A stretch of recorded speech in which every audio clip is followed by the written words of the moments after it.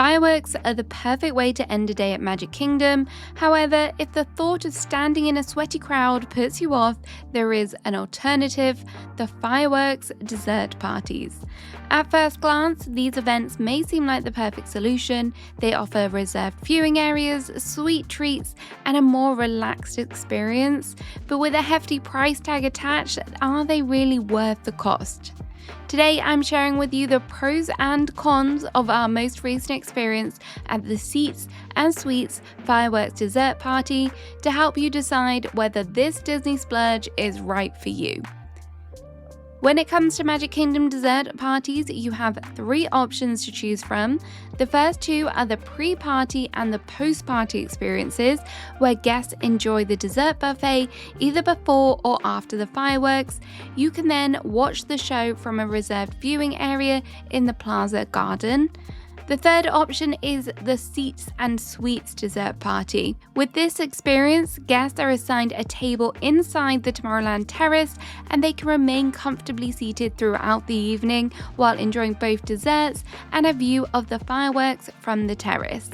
Having previously tried the pre-party, this year we decided to switch things up and give the Seats and Suites option a go. The Seats and Suites dessert party is unfortunately the most expensive option available. For a Saturday night in May, it cost us $124 per person plus tax. We made our reservation 60 days out before our trip. As we are from the UK, we had to use a VPN to access the American version of the Disney website in order to book online. But alternatively, if you are from the UK, you can call Disney directly to make your reservation. The official reservation time is 1 hour before the fireworks are scheduled to begin, and this is the time that will appear in the My Disney Experience app.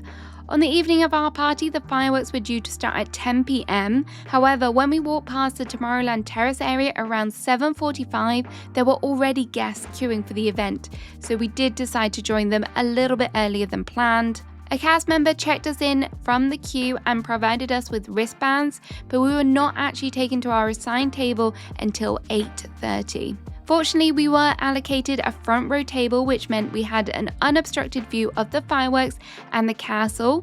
From what we could see, the majority of the tables for 2 were located towards the front of the terrace, while the larger parties were seated further back. From their position, it appears that some guests may have experienced a slightly obstructed view due to the terrace roof, so that is definitely something to bear in mind.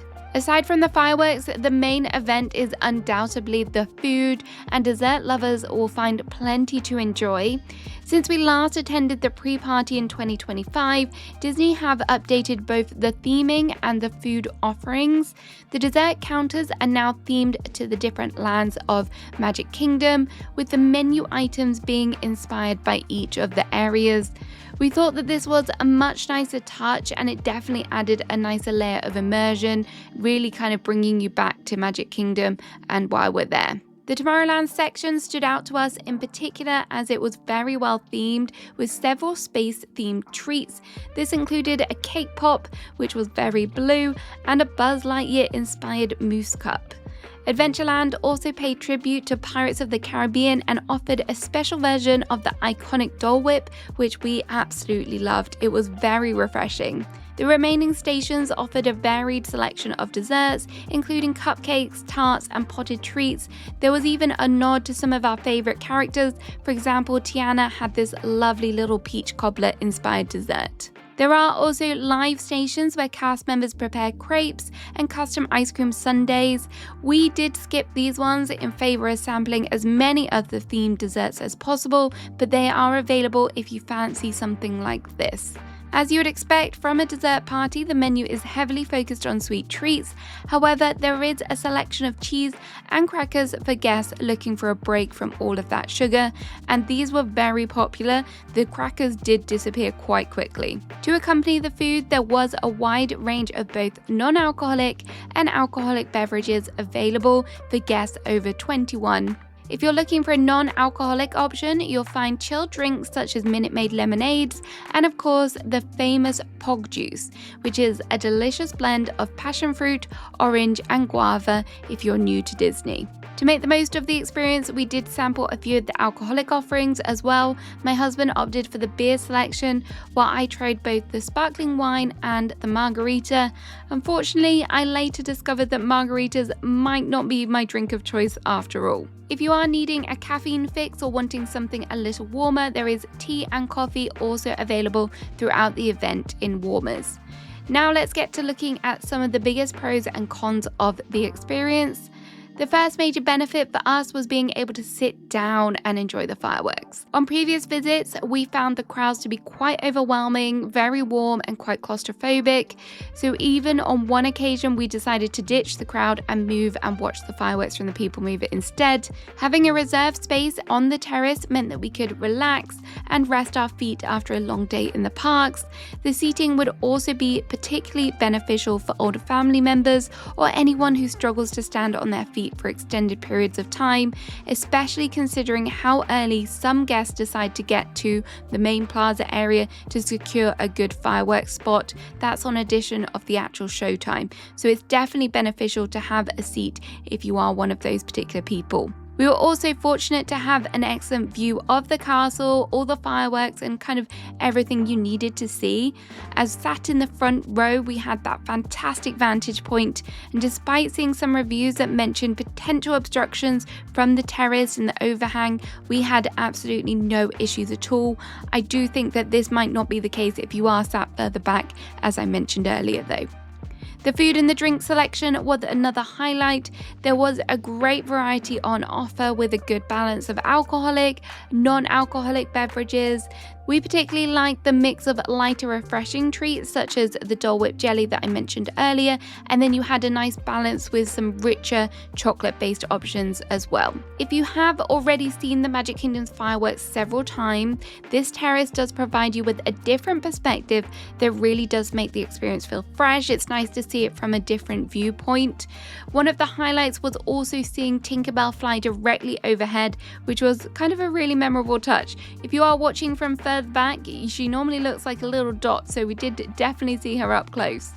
While there are plenty of positives, this experience isn't without its drawbacks, so let's get into the cons. Firstly, the experience is obviously very pricey, and if you're visiting as a larger family, the cost can add up very quickly. It is definitely a splurge, although we did enjoy a few alcoholic drinks. The amount we consumed came nowhere near justifying the price tag, even if you look at Disney prices for alcohol. You really are paying a premium for the reserved viewing area and the opportunity to watch the fireworks while seated, so it is something to bear in mind before you pay the price. Another thing that surprised us was how early people began lining up. We hadn't expected to arrive so far in advance, so this is definitely worth factoring into your plans if you are hoping to stay on the rides right up until your reservation time. I do think you would still get a good seat. However, if you do want to guarantee those front row options, I would definitely get there ahead of time. When we attended the pre-party, the cast members were very attentive and regularly cleared the plates and glasses from our table. However, that wasn't the case at this event. The dishes were left to accumulate throughout the evening, which did become a little bit frustrating as the plates and glasses gradually piled up until it was time to leave. Just something to bear in mind as well. I'm sure they would have happily taken them if I had taken them up to them, but I didn't want to do that. One possible reason for this is actually probably the layout of the terrace. The tables are positioned quite closely together, which does make it a bit of a squeeze to move around.